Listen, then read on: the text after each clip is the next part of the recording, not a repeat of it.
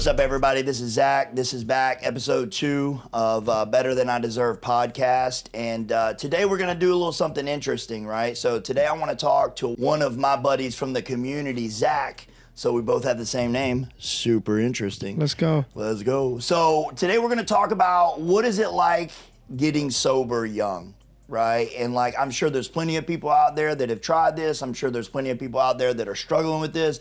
And we're trying to just give some insight and some information, and first off say like, yo, it's possible, right? Like, you got two people right here that actually interestingly enough got sober at the same age of 24, which is, you know, kind of crazy. So I want to kick off. Zach, just tell me a little bit, like, what is your life like today? Like, what do you got going on? So right now I am 2 years sober. I'm a realtor in Florida. Big deals. Big deals, man. I'm a realtor in Florida. I make music. And I've created an incredible life for myself down here, man. Yeah. So I live in Palm Coast, and I grew up in Pennsylvania. I spent 6 years in New York City. Yep. And you know, out of nowhere, I just ended up down here, man. It's kind of crazy. It's New nuts. York City to Palm Coast, Florida. Put us on the map, baby. Put us on the map. I had no idea this place existed until I got here. Me either. I heard Palm Coast, and I thought they were sending me to West Palm Beach. Right. That's what most people think. We trick them like that. 100%. You got to get them down here first. That's right. So I got here, man, and I just, you know, I gave up. Sure. I gave up, bro. I was living out on my own in New York City, and I was bartending, I was making music, and life was good for a while. Sure. Yeah, grinding. Life was good for a while. Eventually, the way I drank, it caught up to me, man. Sure. It caught up to me. It left me. It took everything that I worked for away from me. Yep. It became my primary purpose, right, was to get alcohol and consume alcohol. Yeah, man. So, I mean, like, I work in the field of helping people get off alcohol and drugs, and I think that a lot of people really don't understand how big of an impact this is in our current society, and how many 18, 19, 20, 23-year-olds are severely struggling. And people don't even have any idea, right? Someone told me the other day, and like, go fact check me if I'm wrong, but the number one leading cause of death in the United States right now is drug overdose, right? But I heard you got to dig down in like the 5th or 6th page of the CDC to find it. And I'm going to have a guest on in a couple weeks that talks more and knows a little bit more about that. I stay small and try to help the people in my community, and there's other people that are on the larger scale, and I'll definitely have them on there to discuss it. But people just don't know, right? No, they just don't know. And there's so many stigmas and stereotypes, and people think, oh, I'm 21 and, you know, like, I can't be an alcoholic. There's no way. There's no way. No. Like, and so, like, think about this for a second. Before you ever came to treatment, what did you imagine an alcoholic look like?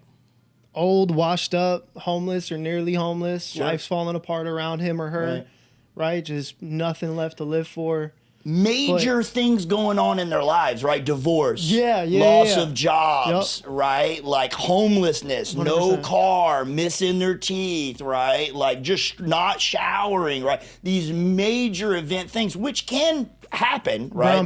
Brown paper bag on the street. Right, wino, right? We used to go, when I was in high school, we would go get the winos to buy us alcohol, right? We just had to buy them a little bottle of Mad Dog 2020, right? We go get lit with the winos, like 12 years old, right? So thinking about that, right? Like, how did you get into treatment, right? Like what transpired where you said, you know what, this life in New York isn't for me right now? I hit that bottom, man. Sure. I hit that bottom. What does that mean, though, right? Like, what do you mean by a bottom? Having no option left. Got it. Yeah. Like, no option left, nothing left to live for. Dead inside, to the point where I'm waking up every day regretting the fact that I woke up. Yeah. Like, I know that pain, man. Yeah. And it took everything to get to that point. Right. And that's what I needed to turn it over. Sure. So it was like, it was trying everything to monitor it. Like, sure. I started drinking. I got sober when I was 24. I'm 26 now. I started drinking 15, 16, but then almost every day, probably 18 years old. Yep. Maybe a little bit of freedom, right? Yeah. You're just partying it up on the weekends. 100%. Yeah, no big But deals. graduated high school, moved out to New York City, and like just started drinking. Sure. Started drinking a lot with everybody. Everyone around me was drinking the same amount as me, and it was fun. It was cool. But like I knew from the jump, like I was a blackout drinker. Every single time I blacked out, and I would get into some trouble. And early on, the consequences were not severe at all. Sure. But people would come up to me and be like, "Yo, like, can you need to check on this? Like, this could be something." Yeah. And whenever that happened, it would strike a chord. I would process it and then immediately just turn it away. Yeah. But you weren't ready to hear it. Oh, hell no. Yeah. No, because I'm like, again, I'm 20 years old. How is this a problem for me? I'm looking at all these people around me doing the same thing. Right. So I continued to do that, but I know from early on that this is an issue. Yeah. Right? It's just connecting it. So I'm trying everything I can once I start to see the consequences pile up. Like once I start waking up in places I do not want to be, I start to try to monitor it. I'm not gonna drink tonight. I'll drink tomorrow. Right. I'm gonna drink beer. I'm gonna drink wine. I'm only gonna drink when I go out. Yeah, making deals with making yourself. deals. Yeah, bargaining all day in my head. Like that's what I do. I got a funny story. So I remember one time, true story. I was making so much money. I was working industrial construction on this job right outside of Raleigh. I was making like $2,500, $3,000 a week. Like it was absurd amount of money, right? I was living in this little crack hotel for $150 a week, and I literally would get off work, go to the gas station, cash my check for like 3%, right? This little hit gas station would give me cash because I didn't have a bank account, and I would mail myself money. Right. So on Friday, I would go drop it in the box and I would mail myself to my own address, my own money, so that I could make it through the weekend. Yeah. You know what I mean? And I'd still listen. I get that money on Monday. I'd be eating peanut butter and jelly sandwiches by Tuesday, drinking Steel Reserve 211s. Like it's absurd. The things that we try to do to manage our behavior. For sure. Yeah. And that doesn't end when you get sober. We still do that. No. I'm not mailing myself money, but the idea of managing behavior continues. Yeah. Right? So tell me, when you went to treatment, you went to a really nice treatment center, right? I've been working in the field a long time. There's really good ones, there's good ones, and then there's terrible ones. Like anything else, right? I mean, that's like your local AC repair guy, right? Like there's great ones, there's mediocre ones, and then there's, just scam artists, right? So you went to a really, really good one. What was your experience going through that first 30 to 60 days of treatment? What'd that look like for you? So it was during COVID.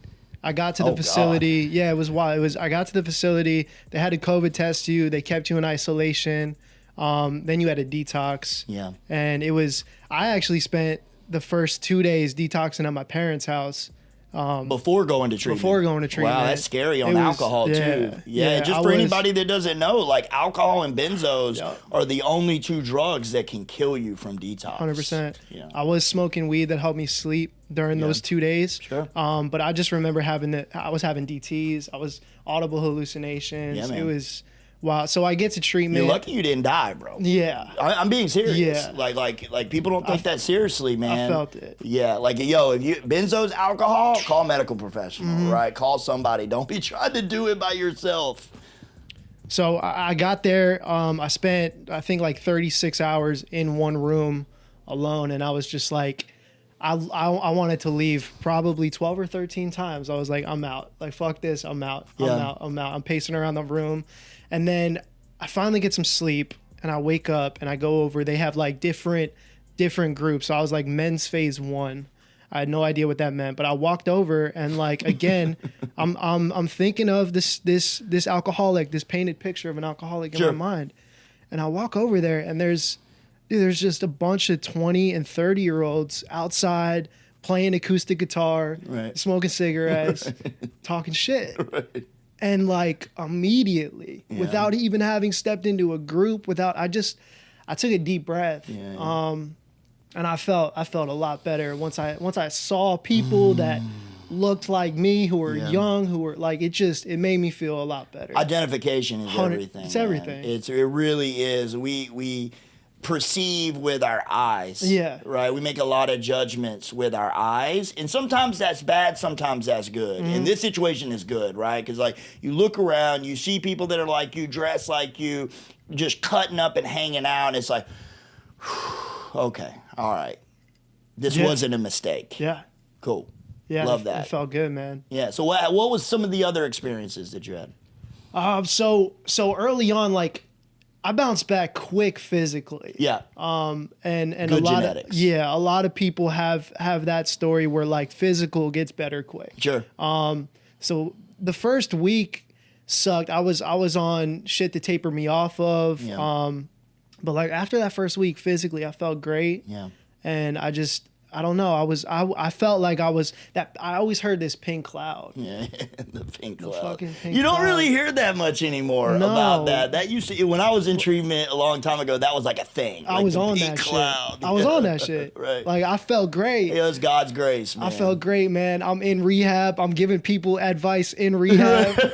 Like I'm like, we got any other rehab advice givers out there? Let's go. I'm sponsoring people, right? Like, but I'm It's like, so funny because bro, it's so true. the second I get phone privileges, I'm calling everybody. You're telling them, yo. You're calling the girlfriend, 100%, apologizing. yo, I'm so sorry, baby. Just.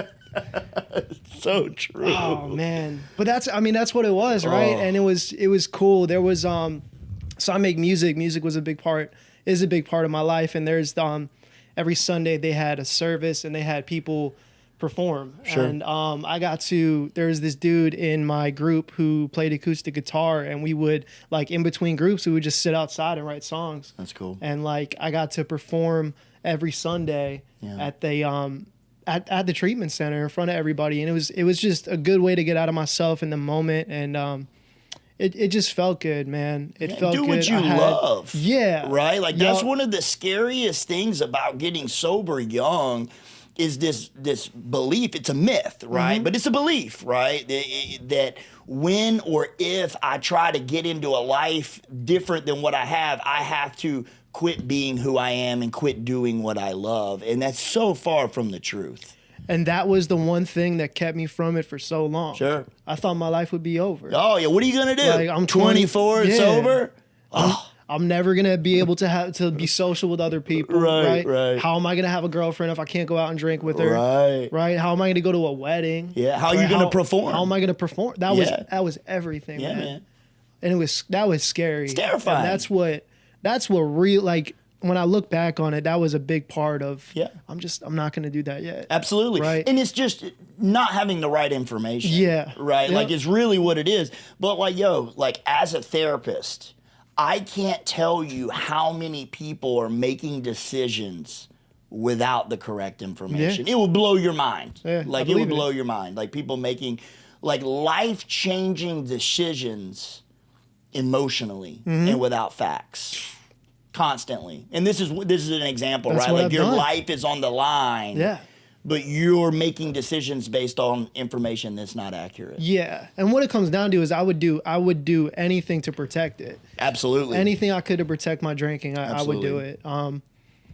Just hiding it from people, it's not that bad. When it got bad, I'm no longer hanging around with those people anymore. Just like I look back and it's the amount of times I just like picked up and pivoted to like a new group or a new like just okay, this is getting a little messy. Yeah. I'm gonna go over here for a little bit. If that cools down, I'll go back to it. Yeah. But like they know, so I gotta be over here. Yeah, I had the 6-month rule. I've lived in 10 different states and I live by this 6-month rule. And basically what it means is I can live anywhere in a group of any people and I can make it 6 months. Yeah.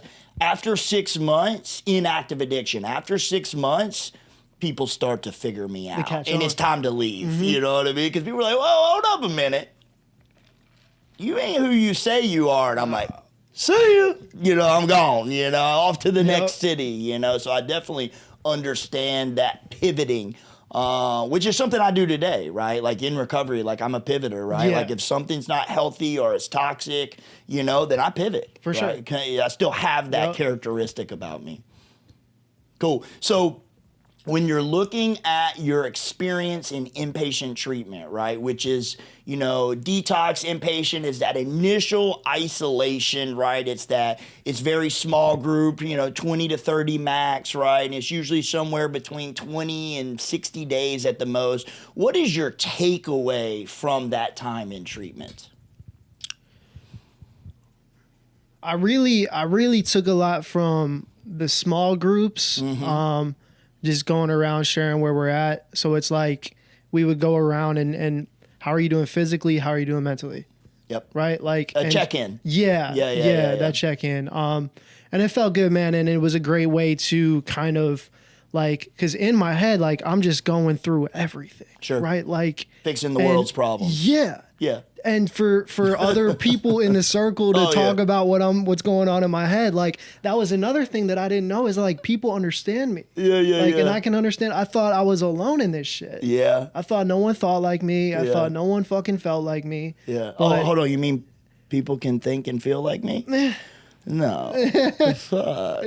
Who'd have thought? It was the craziest shit, man. It's wild the things that we tell ourselves. Yeah. Yeah. So having those connections in the small group sessions, sure. It really brought a lot out of me, and it allowed me to be vulnerable to a point where I can really talk about where I was, what I'm doing, what's going on in my head. How powerful is that? Dude, it was incredible. And 24-year-old man being vulnerable. Go find that somewhere else, ladies and gentlemen. I remember the first night I was in there, we do this this thing. It's at the end of the night. It's called Stick. We stand in a circle and you go, I'm Zach, I'm an alcoholic. And then you talk about a failure for today, a goal for tomorrow, shit like that. Yeah. And the first night I was there, I said, I'm Zach, I'm an alcoholic.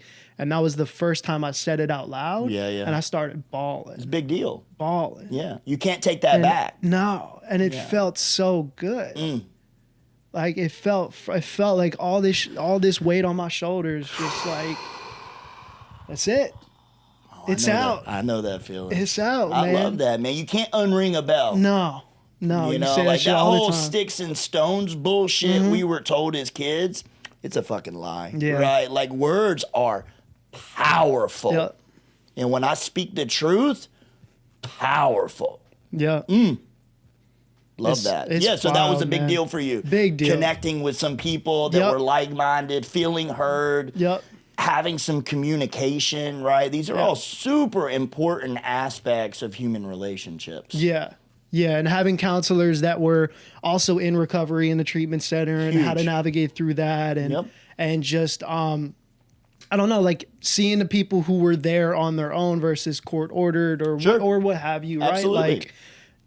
There's a difference. Yeah. There's a difference. There was this one exercise, and you probably heard a lot about it. They're impact letters. Oh, I know impact letters real well. I used to have to give them. Man, you want to talk about hurting, bro? 2-3 weeks sober. Yeah. Having your family write down. So it was COVID, so they did that. They used to have people they used to have family members come in and do that shit face to face. And I was just I'm glad this is a letter, right? Yeah. And having someone else read the letter as my mom or as my dad, and it was just super powerful. Yeah, and so for people that don't know what that is, when I worked in Wilderness, we did impact letters. Yeah. I think any good treatment center that has a family component does impact letters, and it's where your family writes how your addiction affected them. Right, and it's all truth, right? It's no holding back, no codependency, no sugarcoating, the real deal. My mom stays, has nightmares for 3-4 years sober, waking up thinking that I've overdosed and died. Those type of impact. What was your impact? Because one of the lies we love to tell ourselves is what we're doing only affects us. One of the biggest lies we tell ourselves, and that's a moment 2-3 weeks sober where we get to face the fact that that's a load of bullshit. 100%. We are tornadoes. Yeah, and that was the first taste of it. Ooh. That was just the tip of the iceberg. Absolutely. And powerful. Yeah. Yeah. I've seen definitely at the time I wasn't a therapist, I was just a tech, and I had seen people that you thought were kind of immune to a lot of those feelings because they had numbed them for so long, completely and utterly just break down and just melt into a very sad place. But it's needed to break down those walls and that lie that what I'm doing is only affecting me, because it's not true. That's why they call this disease such a selfish one, right? Because I will do anything to get what I want, even if it dramatically hurts the ones I love. Yeah. Yeah, that's powerful.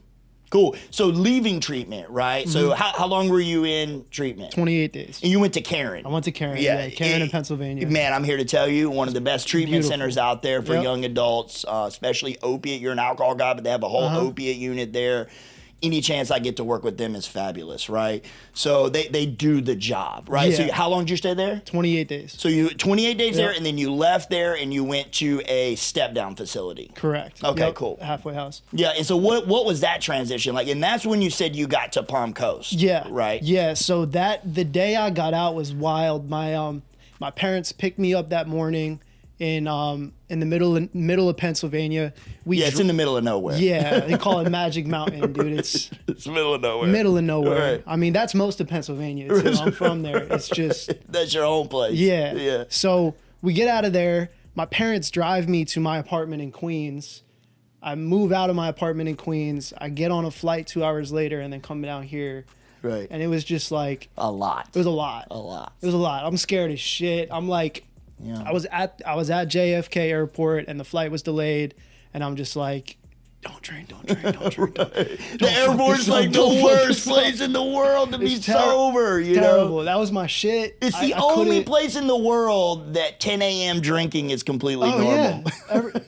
It's even Clockwork. to this day, 12 years sober, I walk in the airport and I'm just judging the shit out of you. You know, you're 9:30 in the morning, you're having shots of tequila. It's crazy. I loved that shit. Man. Yeah. But so you very scared getting out of there. Scary. Getting on the plane, getting off the plane, and then just waiting. Right. Just waiting for that ride. Who's gonna pull up? Yeah. And it was our other buddy Zach who came in the Acadia. Yeah. Shout out Kearns. That's my boy, man. He pulled up, bumping Meek Mill, smoking cigarettes, and we're just like, now what? We go to Wendy's, we talk, we have a good time, man, and then it takes me to that. So important. It was great. Yeah, it's just so like important. just that welcoming, that initial interaction. I'll never forget. It's everything. I'll never forget it. Yeah, man. So I get to the sober living house late. Everyone's asleep. And I'm so nervous, man. Are they gonna like me? Yeah, that's all straight up. My life is on the line. Man. My life is on the line. I hope they like me. I hope they like me. I hope they like my new Jordans. Right. Like I hope. Then my snapback hat and my Jordans. Let's go. What do I gotta do to fit in? Oh, that's it. I'm so sick. I'm on the doorstep of death, bro, and that's what I'm concerned about, because that is death for me, right? The fear of, there's a lot to be said about this, the fear of being authentic and being exactly who I am, and then people not accepting me.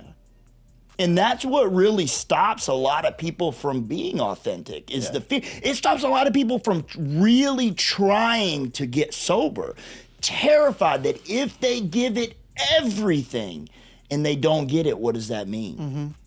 You know? Ugh. Yeah, man, I have that too. I struggle with that today. Yeah, I think anybody does. Yeah, if they're honest with themselves, if they can take an honest inventory, everybody struggles with that fear, right? Because really it all boils down to inadequacy, right? Yeah. But that's a whole nother topic, you know? So, sober living, what is your time? How long did you stay in sober living? I was in the main house for 3 months and then another step-down house for 3 months. Yeah, so you 7 months. So you had 7 months total from the time of going to treatment until you lived out on your own. That's a good amount of time. It is a good amount of time. Yeah. And looking back on it, I really don't think I could have done it any other way. Yeah. And I could play that game in my head all day. Sure. But I felt like I needed that. I needed that bubble. I needed that buffer. I needed that transition. Yeah. You know, and it was incredible, man. And I'll be honest, like the first the first couple months, I'm still riding this pink cloud. Sure. I'm still feeling great. Yep. And then like because of that, I don't need to be doing everything I'm being told to do. Yeah. Because I'm feeling good. That's the right? problem like, with us. Yeah. So like, if I'm feeling good, I don't know about all that AA shit. I don't know about the step work. I don't know about getting a sponsor. Like, I'll go. Right. Like, so I've been showing up to meetings. I'm sitting in the back. I'm on my phone. Being the cool guy. Yeah. I got a sponsor, but I'm not talking to him. Yeah. And, you know, instead of meeting, I'm at the beach or I'm at the gym. Sure. Or so like that was the first month for sure. Yeah. And it was It's normal. Part of it was like getting to know everyone, which was good. But then I just didn't do any work yet. Sure. And that pink cloud that I was on, like, chewed me up, spit me out. What's the first time you remember getting punched in the gut in recovery? Dude, I just remember waking up in the halfway house, like, with no fight, like, no will to get out of bed and do this today. Fuck. Like, the hardest thing in the world is to get out of these covers right now. That's depression, like, baby. That shit. But that was it, man. And like, and I that was a punch in the face. Yeah. Right? Like, it was just 100%. One night I'm hanging out with all the guys. We're watching a movie. We're talking shit. We had dinner. And then the next morning, I'm just like, I felt hungover. Yeah. Post-acute withdrawals, probably. Yup. And I found out about that in treatment too. Yeah. But I felt hungover, man. And I'm dragging my feet. I'm going to group. I'm just in this dark place in sobriety, but I didn't do anything about it. Sure. Like, I got here. You didn't know what to do, probably. I didn't know what to do. Yeah. And I just remember having a conversation with a guy I look up to, and he's like, if you don't give this everything you got, you're gonna drink. Yep. Right? Like, and that was a turning point for me.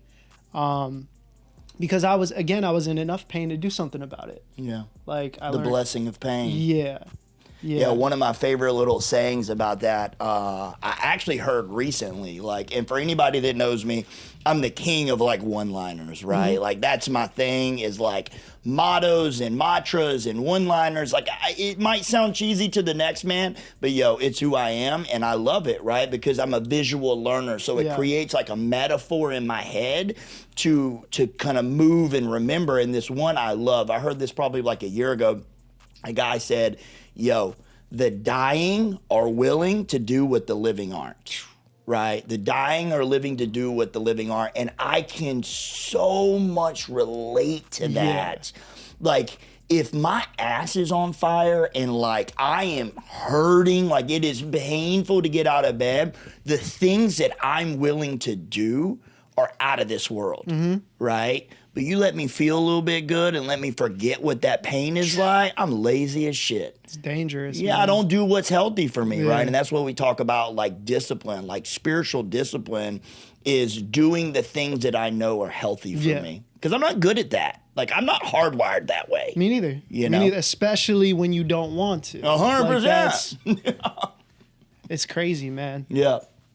So transitioning...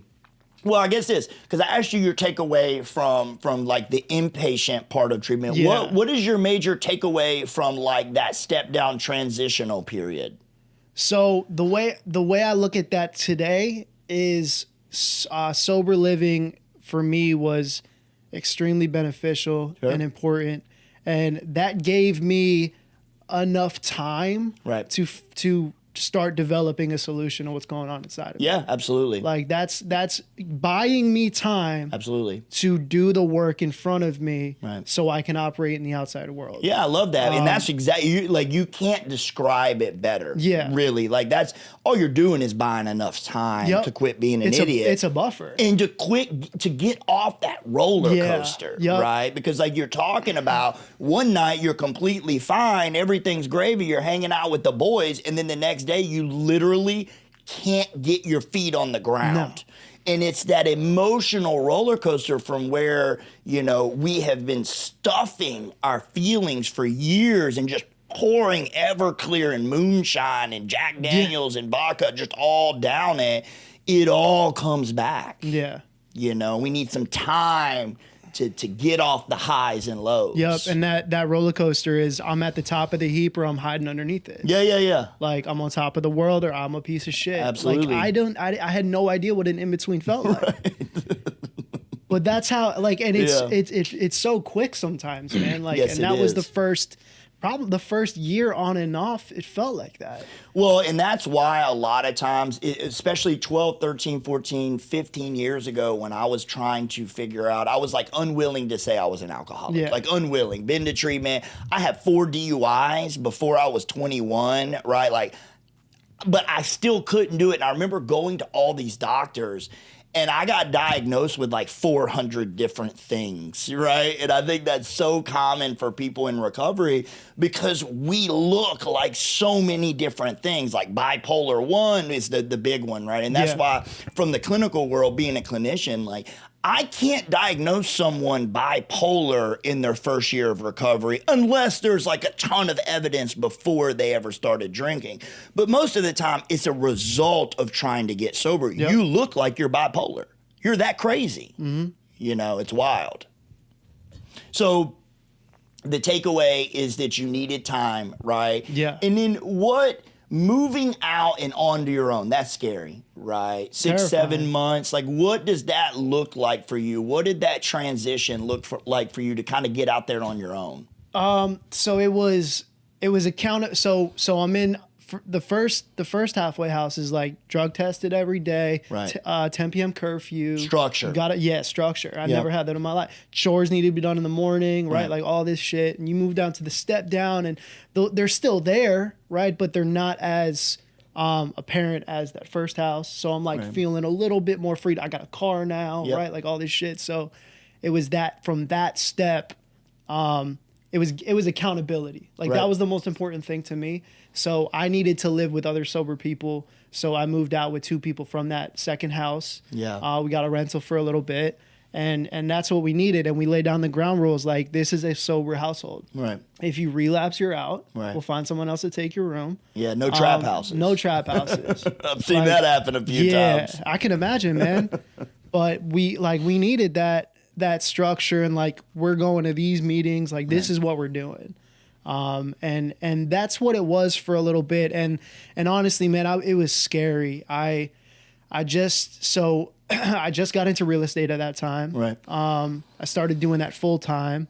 You were working at the Boys and Girls Club too, weren't correct. you? Yeah. When 2-3 months sober, I started volunteering there. Yeah. I was having that discussion with someone earlier today. Yeah. That's because they're doing the same thing. Yep. And I was like, yeah, dude, I'm talking to today. That's what he did too. I love that. Yeah, so that's something, I'm glad you brought that up, man, because that was a point, 2-3 months, I'm still in that first house, I'm still in the halfway house, and I'm collecting unemployment from New York. Sure. Big money. Yeah, COVID money. COVID money, dude. Thank you, government. Straight up. You know? Stupid. But they're like, get a job. I'm like, no. Yeah. Right? Like, yeah. They're like, okay, volunteer. So I was like, okay, fine. So I'm browsing around. I find this opening at Boys and Girls Club of America. Yep. I love that place, by the way. Oh, it was amazing, man. I went there and it was the first taste of doing something for someone else in recovery. That real and good dope. Just that fulfillment. Right? Like it didn't matter who I was. It didn't matter what I did. It didn't matter that I was in a halfway house. Nope. But from 3 p.m. to 6 p.m. At that elementary school, Mr. Zach's here. He's going to help us with their homework, right? So I'm helping these kids with their homework. I'm throwing footballs to them. Yeah. Like it's a blast. It's powerful. And it took me out of myself. And it was that was the first taste I got of that. And that so was, yummy. I'm glad you brought that up because that was that first and that fulfillment for getting outside of myself, doing something for somebody else. Being a decent human being. Yeah. So it's crazy. And I'm so glad that happened. So I was doing that for 5 or 6 months. Yep. Toward the end of that, I'm going to school for real estate in Daytona. And then I get my real estate license. I start with a brokerage, and that's where I sort of parted ways with Boys and Girls Club. Sure. So during all that, I'm moving out to my own place with 2 other people from the sober living. Are them boys still sober? Yeah. Both of them? Yeah. Both of them are still sober. Imagine that. Yeah, it's crazy, man. Yeah, well, I mean, you're doing what you're supposed to be doing, right? Like, that's why I think a lot of people think that that getting sober and recovery and kind of learning your new life, like changing your life, is this magical, weird fairy dust thing, and it's really not. It's manual labor. It's manual labor, Yeah. right? It's pragmatic. Uh-huh. You know, it's like, yo, go help someone else. Quit being so selfish and Yeah. quit thinking about yourself, and your problems start to disappear. Yeah. It's quite insane, the simplicity of it. So during all that, right? So a bunch of things are going on. Yeah. I was in a relationship when I went to rehab. Oh, yeah. We parted ways when I moved down here. Yep. We started talking again at that time. This Yep. is 7-8 months sober. So we're talking again. She's coming down to visit every once in a while. So got a car now, got a volunteering and got a job. No accountability from that halfway house. So I'm doing everything on my own. Right. I'm leaning on a sponsor. I'm doing so like during that time, I am eating out 6 nights a week. I'm staying up late as shit. Right. Like, bro, I gained 35 pounds. Like, I don't know. I gained 35 pounds, bro. I remember. But like, so I'm going to the gym every day. I'm eating like shit at night. I'm like, I'm just all over the place emotionally. Yeah. I'm overindulging in that and just like trying to navigate through that was difficult. But it taught me a lot, man. And it was incredible to have stuck this out. Sure. Through that. And like, cause I was depressed then too. Absolutely. Like I'm eating like shit every night and I'm doing everything like dopamine, right? Like 100%. Anything I can do. You said I'm a relief seeking missile. I'm a right? relief Like that's seeking me. missile, bro. That's I me. just want to feel something. Just a little bit. I don't even care if it's bad. Yeah. Like, I think that's what a lot of people forget sometimes. Like, some of my shit is just feeling something. Mm-hmm. You know, like they say, Take it out of myself. bad attention's better than no attention, right? Yup. Like when you're dealing with children, right? It's like I'm a big child in early recovery. Yeah. You know what I mean? Like I'm going through like toddler phases in recovery. Like it is insane how childish I can be and how I just want to feel something. And I can slip in that today too. I got to constantly keep that piece in check. And now it's all about, really, that hasn't changed a lot, right? Like, hey, I still want that dopamine, right? Like that dope. But it's like I get it from healthy alternatives. Yeah. You know? There's a big difference. There's a huge difference. Same thing, Yeah. huge difference. Same root, different bush. You know what I mean? Yeah. Yeah. So like how I got through that too was me, like I was never an organized person. I was never a Right. calendar. I was never like task oriented. My life was all over the place. Right. That's how I operated. I love the chaos about it, but like sitting down and being like, okay, it's Monday. This is the meeting I'm going to tonight. Right. Right. Like my work schedule is going to look like this. Yep. And that's all I'm worried about. Yep. Right. Like, and it was the first time. That's a huge takeaway too in that first years is practicing slowing down. Absolutely. Because I'm trying to do everything at once. It feels like I'm running 100 miles an hour nowhere. Yep. Right. So it literally taking that Monday. Yep. Okay, cool. Right. Wake up. What's Tuesday? I'm going to this. So my sponsor was like, what meeting are you going to? Yeah. Right. Like have that. Yeah. So that's where my day started. The rest of my day kind of filled in. Yeah. Love that. And that's what really got me plugged in to the community in Palm Coast. Sure. I had somewhere to be every day. Yeah. I had accountability. Yep. And for a long time, that was the accountability I needed from that. Yeah, it was enough. So that kept me in the middle. Absolutely. And that's exactly where I needed to be. Because I'm still not done.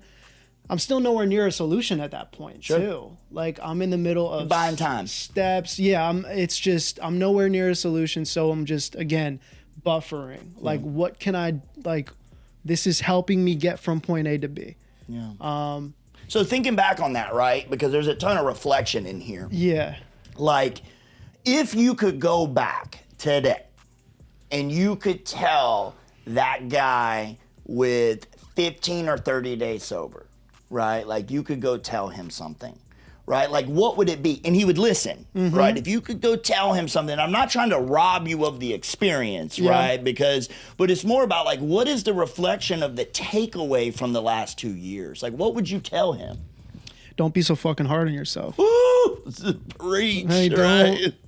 We are so mean So to hard. ourselves. Like I'm my own worst enemy.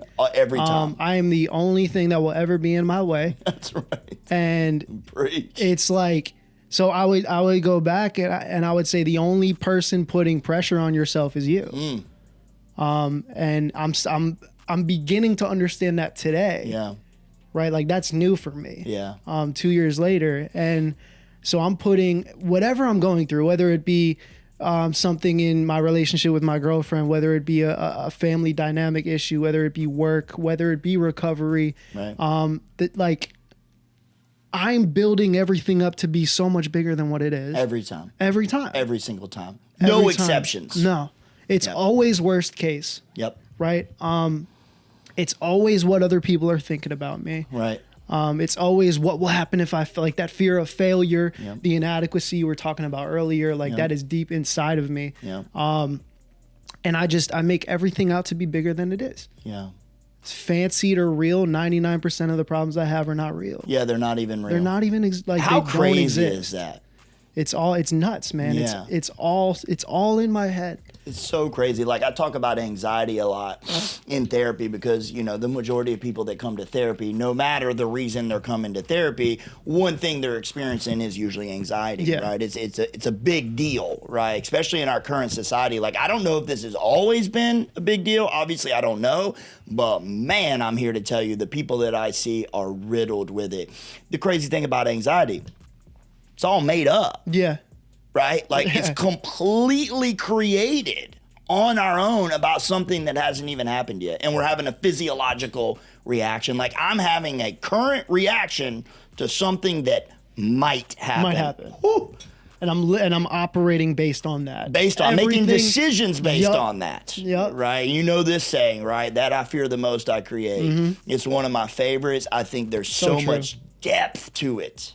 You know, is it like, yo, if I'm sitting here and I am riddled with fear and I'm creating anxiety to justify the fear, I'm going to make decisions that create that into existence. Yes. It's wild. Yeah. I see it all the time.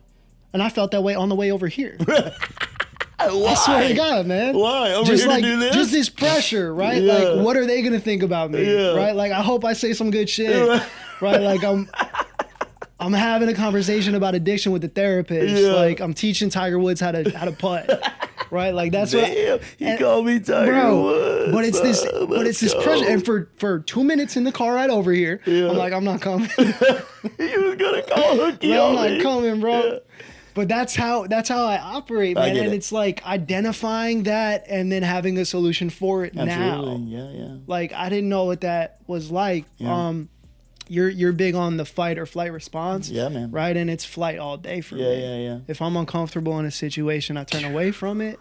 I got a bag packed, Sure. right? Like Yeah. again with the friend group earlier, it's pivot. Pivot. Uh-huh. Yeah. So it's just this, it's always fear. So that's something I want to talk about too, is like the pride aspect of it. Yeah. Like, so pride and self-esteem and having done a personal inventory and going through it and identifying what those are, and the way it was taught to me, was so pride and self-esteem, they tie together. Absolutely. They're separate entities though. Yep. So like pride is what I think that others think about me. Ooh, say that again. Let's just hear this. Right. What I think Yeah. others think about me.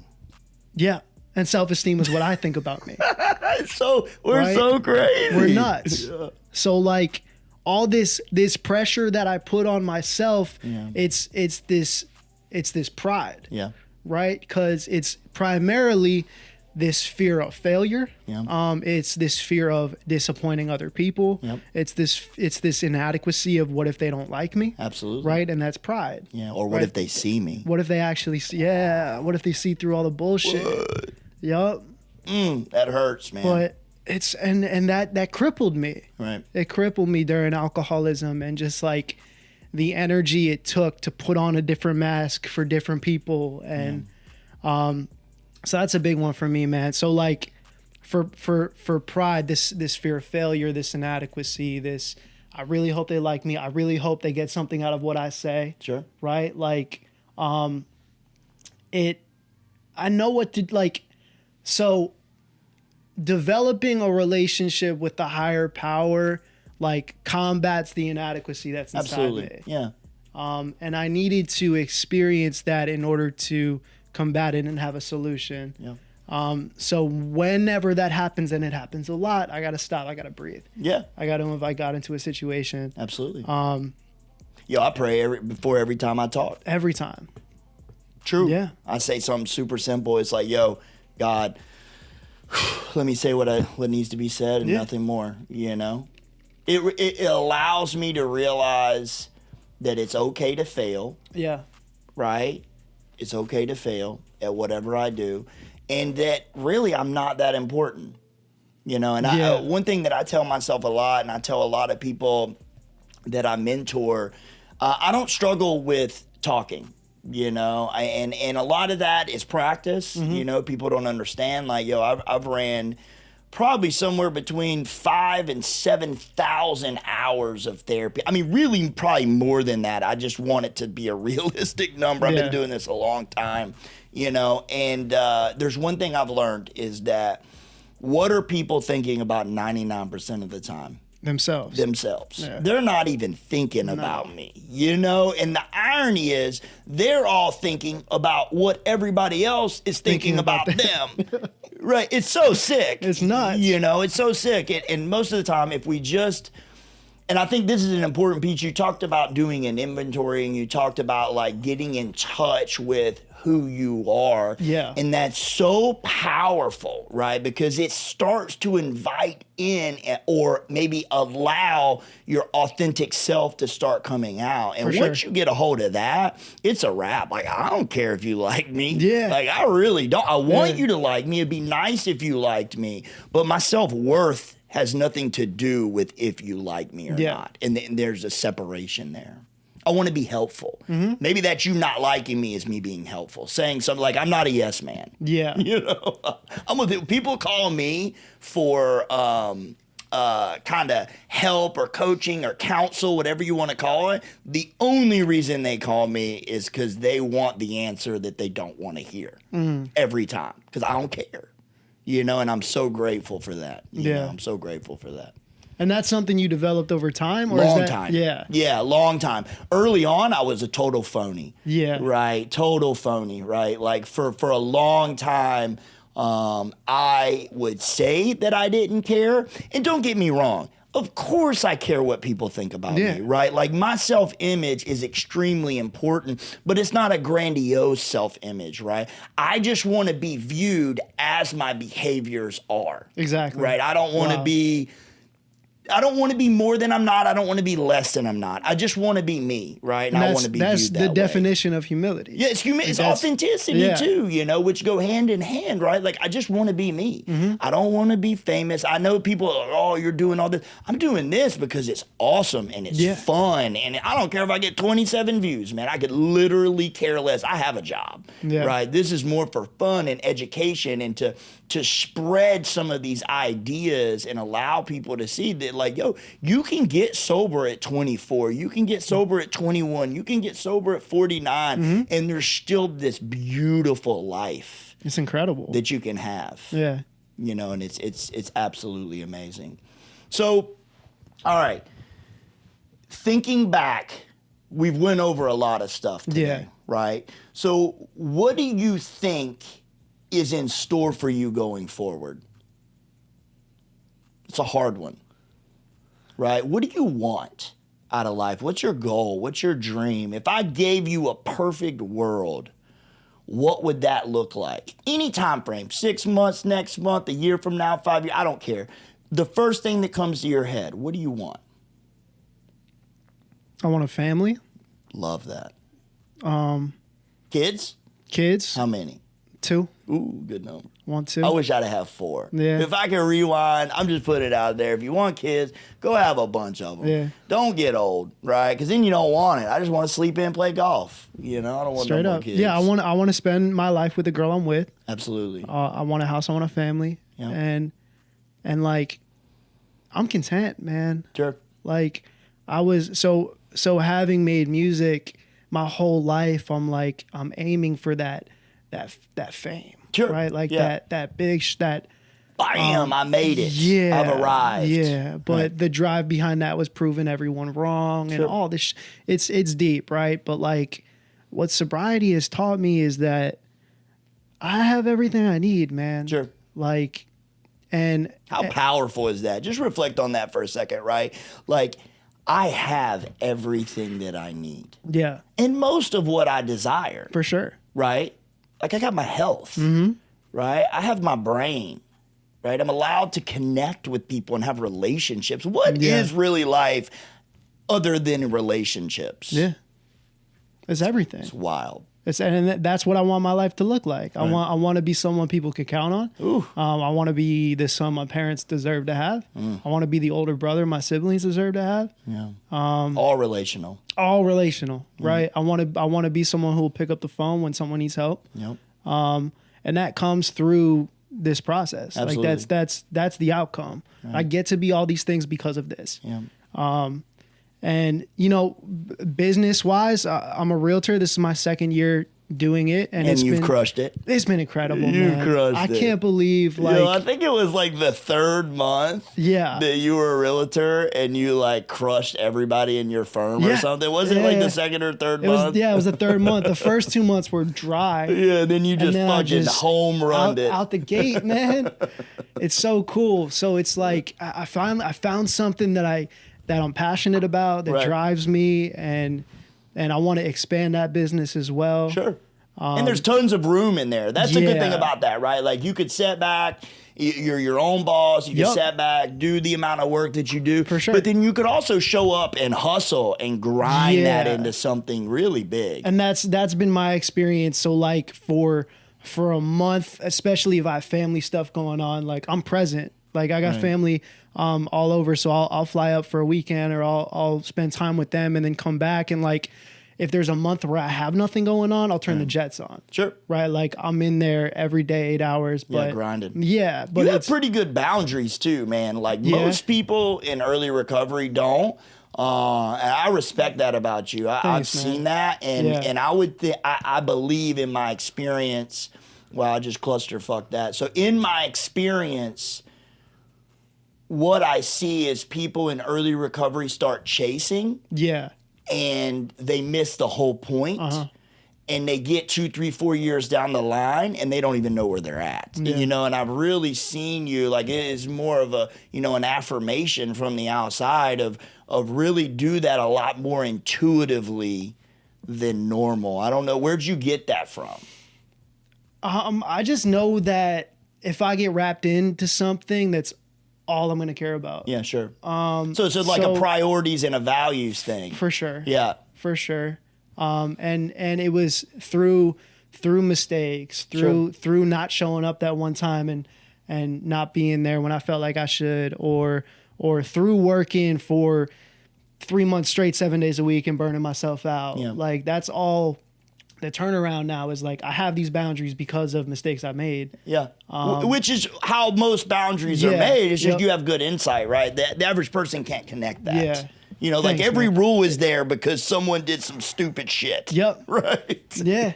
We don't think about that. Why does it say don't run when it's wet? Well, because somebody got hurt, And a big one recently that I've been practicing is 1 day a week I'm not doing shit. Yeah. It's like phone on do not disturb. Like I'm chilling. Yeah. I don't have anywhere to be. Right. So, Yeah. and So that, powerful. Yeah, man. And it feels, cause my whole thing, especially early on was, I would have that 1 day a week off or 2 days a week off or whatever. And I would feel more exhausted after that day Right. than working a full week. Sure. Or from that day, then flying up and down to go see family. Yeah. And, wild, right? And it was like I didn't know how to sit still. Right.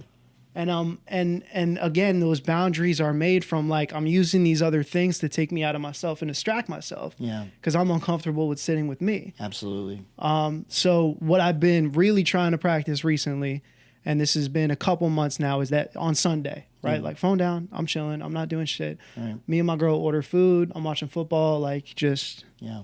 And that is, I'll pray, I meditate, I'll write, but it's just like reconnect. Love that. Right. And I need that. Yep. And I see so many people, especially early on in recovery, get out that halfway house. They get the job, they get the girlfriend. I never see them again. Yeah. Gone. See Gone. ya. Gone. I can't tell you how many times. It's nuts, man. And it's like, and I see it because I sponsor dudes now, and they'll be at that point, and I'll be like, you just want to grab them. I just want to grab them, You man. want to grab them, but you can't. Be careful. There's nothing you can do. Yeah, there's nothing. You know, where there's no stubborn people in the world, There's man. nothing. And I was there too. Like when I went back to Boys and Girls Club of America, I was at that time I was in the middle of selling 3 houses. I was in the office from 9 to 1. I was at the school from 1 to 7. I was hitting a meeting at night. I was going home. Yeah. Right. And I did that for 3 months. And that was the closest I came to a drink in sobriety. Absolutely. Because like I'm maybe making 1 meeting a week. My priorities are fucked up. Armor's thin, man. Yeah, man.